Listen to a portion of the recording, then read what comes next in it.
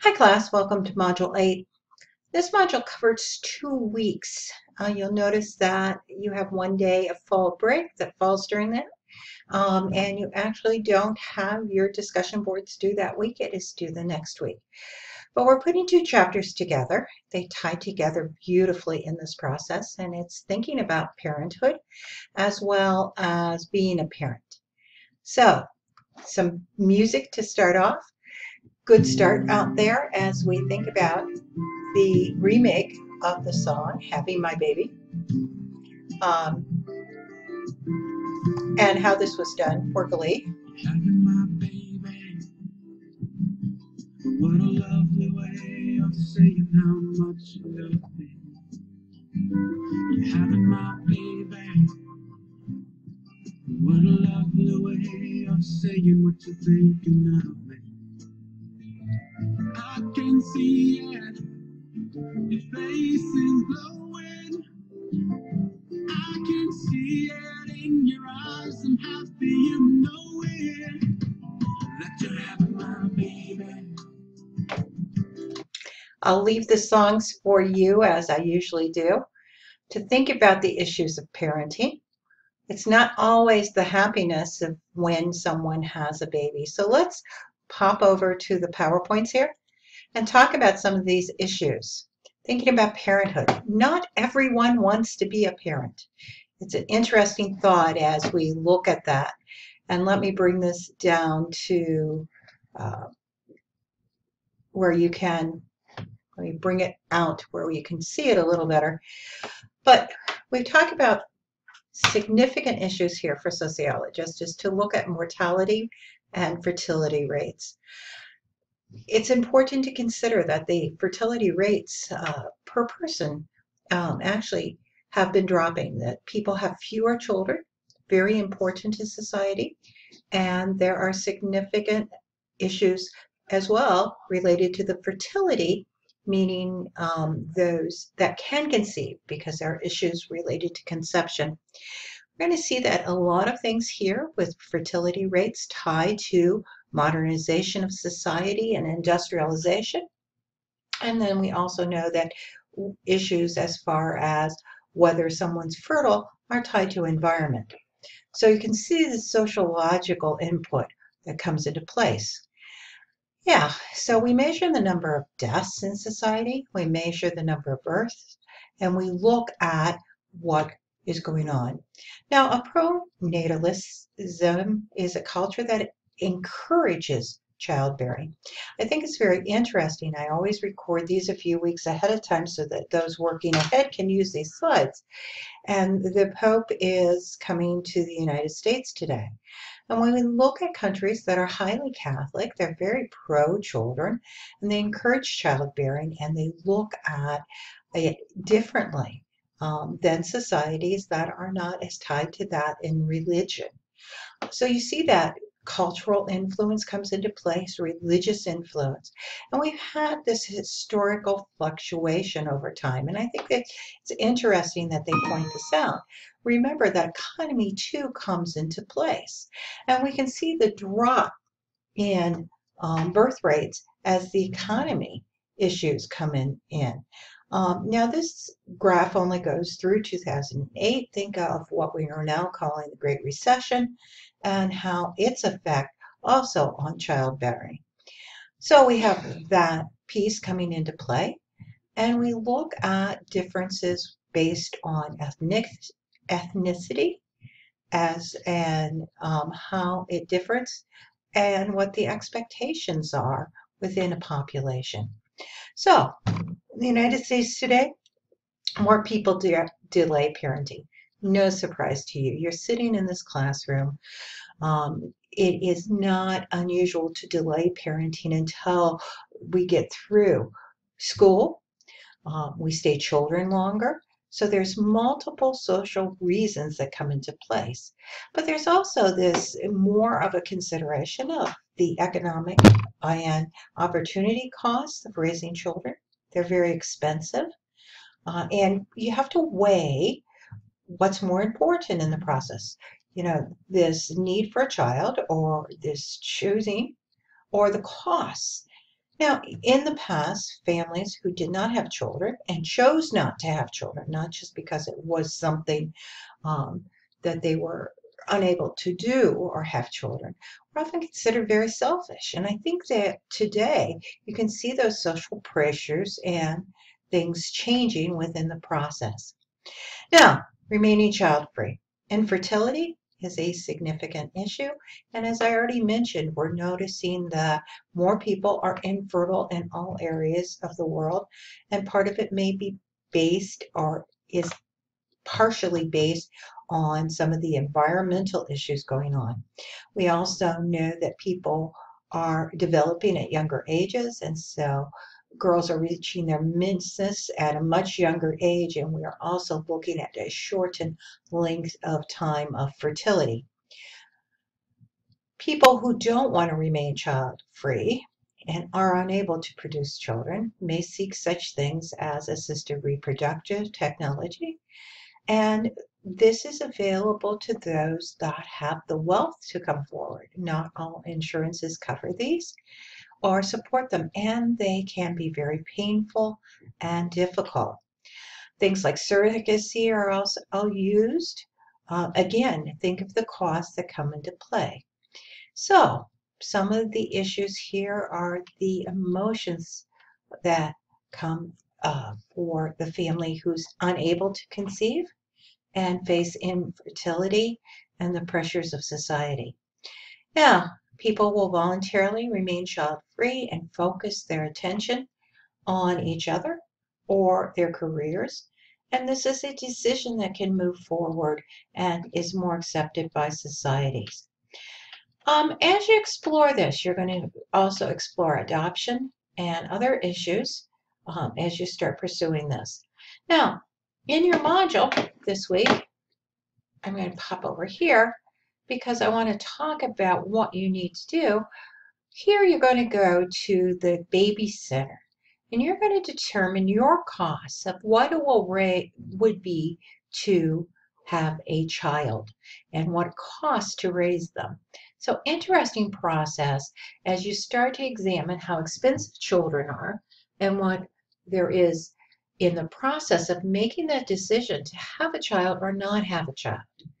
Now, the second thing I'm asking you to look at is the cost of having a child in the hospital and reading the information. Then you're going to move on to parenting, the second module here. Within this, you're going to see that it talks about raising a child and what comes into place in that process. So let me again just adjust the slide to pick up all those points if I can. Yeah, let me see if I can do from current slideshow. Yeah. Nope, that doesn't do it either. Let me escape from that and pull this down. Not going to do it. All right. Parenting. Big issues of parenting. Parenting's not the same everywhere. We notice the difference in culture. We even notice regional differences. And so that the children are at times a benefit to the family.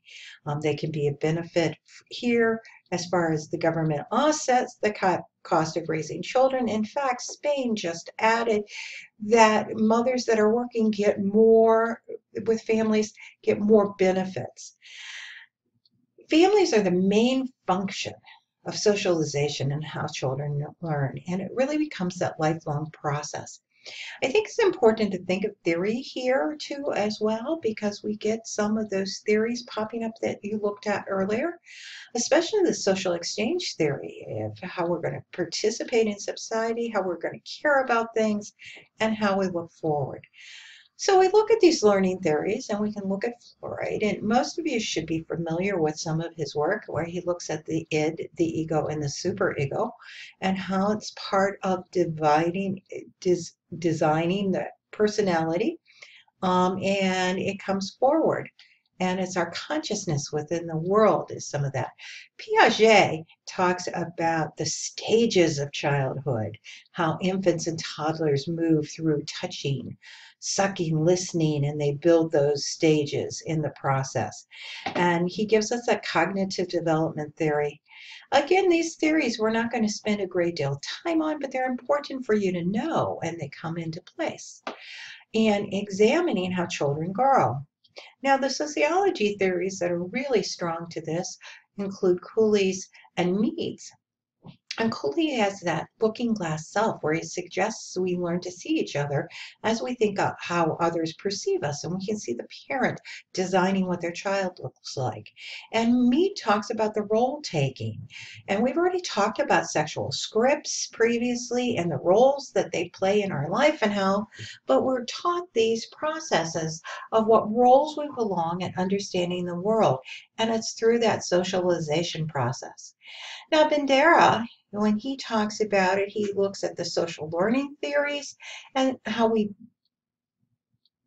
model behavior, and that behavior is brought into place by reinforcement. It's just like sitting in rows in the class, reinforced over and over again, and we learn that modeled behavior. So who teaches children? Who are the agents of socialization? Well, we know that the family is a big piece, but socialization and social class play big parts. And in fact, as we study children, you will see that those raised in middle class homes versus those in lower class homes have different levels of socialization, and they have different understanding of what society is, as well as their expectation. I think there's some pretty strong pieces out there. We also know that there are other things that come into place, such as media and the computers in the home. Race and ethnicity and gender are pretty strong in influencing what a child becomes. But parenting styles are very important. And I want to spend a little bit more time on parenting styles. We have authoritative, which are parenting styles that demand and maintain a high level of control, but are also warm and receptive. We have permissive and we have authoritarian. Now, spare the rod, spoil the child is basically an authoritarian approach. That's strict and punitive, that the rules are in place for the child to follow and there is clear guidance. In a permissive family, this is a parenting style with few controls or few demands on the child. That you're pretty much on your own to get things done, but you'll have some support. It doesn't mean that this isn't a loving family. It just isn't in the where you have clear direction at all times. Where the authoritative family is considered the best parenting style by those who study parenting. It is a parenting style that has that control over the child. You have clear defined rules, you have repercussions for violating those rules, but the love is not punitive or displayed punitively. It's warm, it's supportive, it's moving a child forward in the process. And we can see that these are interesting as we explore. I want you to think back about how your parents parented you. Now, you're going to find in your module, if we flip back here, in one of my classes, they agreed to allow me to take them, and they acted out the 3 parenting styles. And they've allowed me to put this up here for your view to basically see what that particular level is. Now, with that said, while we're over here, you're going to be jumping into a very interesting video called The Lost Adventures of Childhood, The High Price of Hyperparenting. I want you to really think about that within the parenting realm of what you're looking at and what you explore in the process. I think you'll find that video very interesting. So, let's see.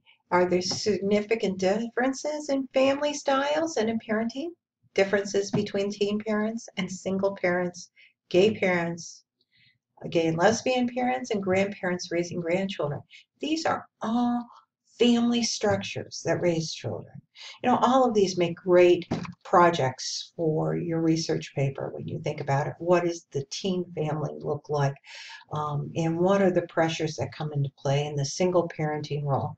So many issues related to those particular areas of parenting.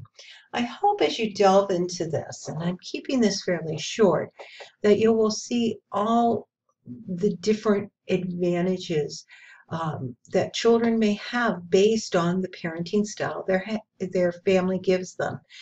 Some will be more ordered and directed. Some will find that they have that support that's in place, whether they have financial support or not. Explore those sociological inputs that come in place: family, poverty, previous parenting styles, being in a blended family, all of these in the context of this chapter. Anyway, enjoy this over the next 2-week period of time as you explore this and you answer your discussion boards. With that said, one more pop over to your module. You will see the link to your discussion boards and your module quiz. Have a great week.